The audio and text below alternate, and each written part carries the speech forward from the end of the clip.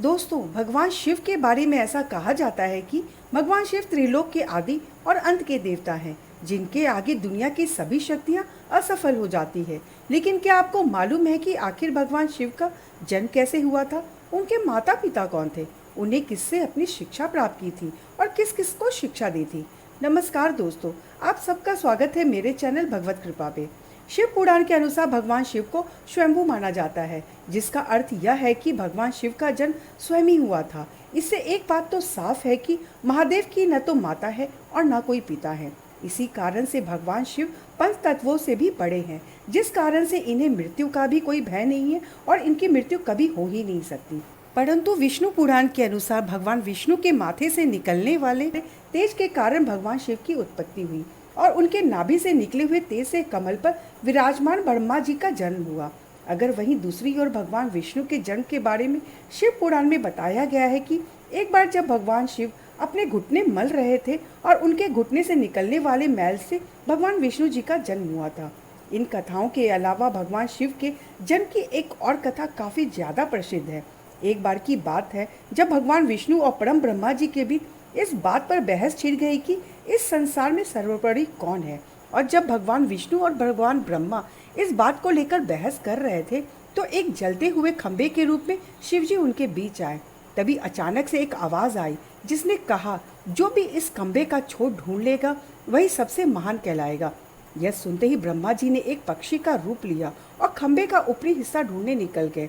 वही विष्णु जी ने वराह का रूप धारण किया और खंबे का अंत ढूंढने निकल गए। बहुत देर तक खोजने के बाद भी दोनों में से किसी को भी खंबे का छोर नहीं मिला और दोनों हार मानकर वापस आ गए। जिसके बाद भगवान शिव अपने असली रूप में प्रकट हुए। फिर भगवान विष्णु और ब्रह्मा जी ने यह मान लिया कि भगवान शिव ही सबसे महान है। यह खंबा इस बात को दर्शाता है कि भगवान शिव का न कोई आदि है और न कोई अंत है। दूसरी एक और कथा जो इस संबंध में बहुत प्रसिद्ध है वो ये है कि क्यों ब्रह्मा जी के पुत्र के रूप में जन्म लिया था। जी हाँ, इसके पीछे विष्णु पुराण की एक पौराणिक कथा है कि जब धरती, पाताल, आकाश यानी कि पूरा ब्रह्मांड जलमग्न था, तब भगवान विष्णु के अलावा कोई भी देव या प्राणी इस संसार में नहीं था। तब केवल भगवान विष्णु ही इस जल सतह पर अपने शेष नाग पर लेटे हुए नजर आ रहे थे। जिसके बाद उनकी नाभि से कमल की डंडी पर ब्रह्मा जी प्रकट हुए और जब ब्रह्मा जी और श्री विष्णु इस ब्रह्मांड से संबंधित बातें कर रहे थे तब भगवान शिव प्रकट हुए और जिसके बाद ब्रह्मा जी ने उन्हें पहचानने से इनकार कर दिया, जिससे भगवान शिव रूढ़ हो गए। तब भगवान विष्णु ने ब्रह्मा जी को दिव्य दृष्टि प्रदान की और तब ब्रह्मा जी को भगवान शिव की याद दिलाई। जिसके बाद ब्रह्मा जी को अपनी गलती का एहसास हुआ और शिव जी से क्षमा मांगते हुए उनसे अपने पुत्र रूप में पैदा होने का आशीर्वाद मांगा। भगवान शिव ने यह आशीर्वाद दे दिया।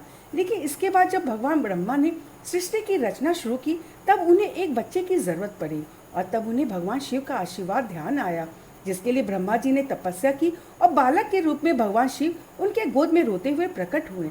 तब भगवान ब्रह्मा ने उनके रोने का कारण पूछा तो उन्होंने बताया कि उनका कोई नाम नहीं है।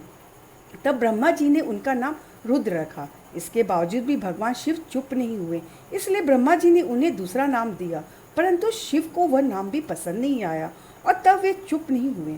इस कारण शिव को चुप कराने के लिए ब्रह्मा जी ने शिव जी को 108 नाम दिए।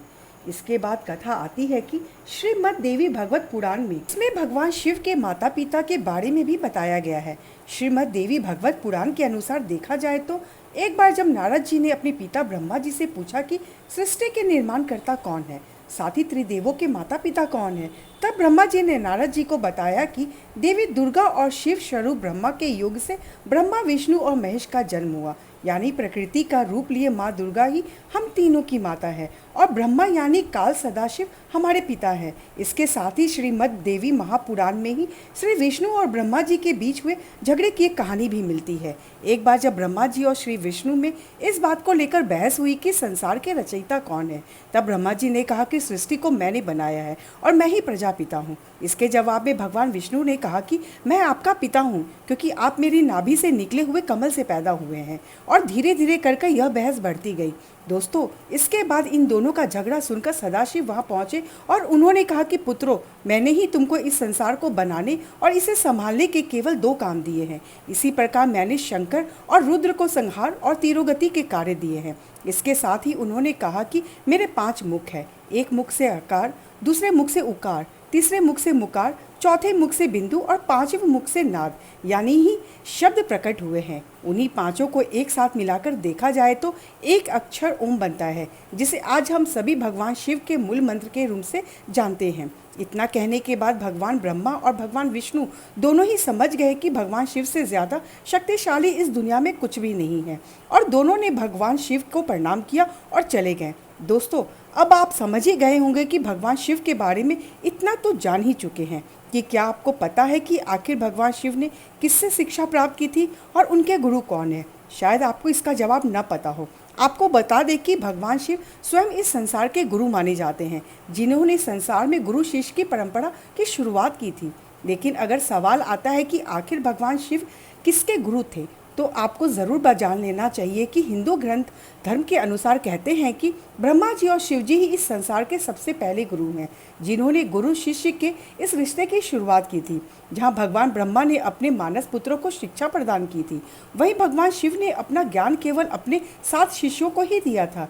यानी भगवान शिव 7 शिष्यों के गुरु थे, और वे जिन शिष्यों के गुरु थे उन्हें आज के समय में सप्त ऋषियों का दर्जा दिया जाता है। हर हर महादेव।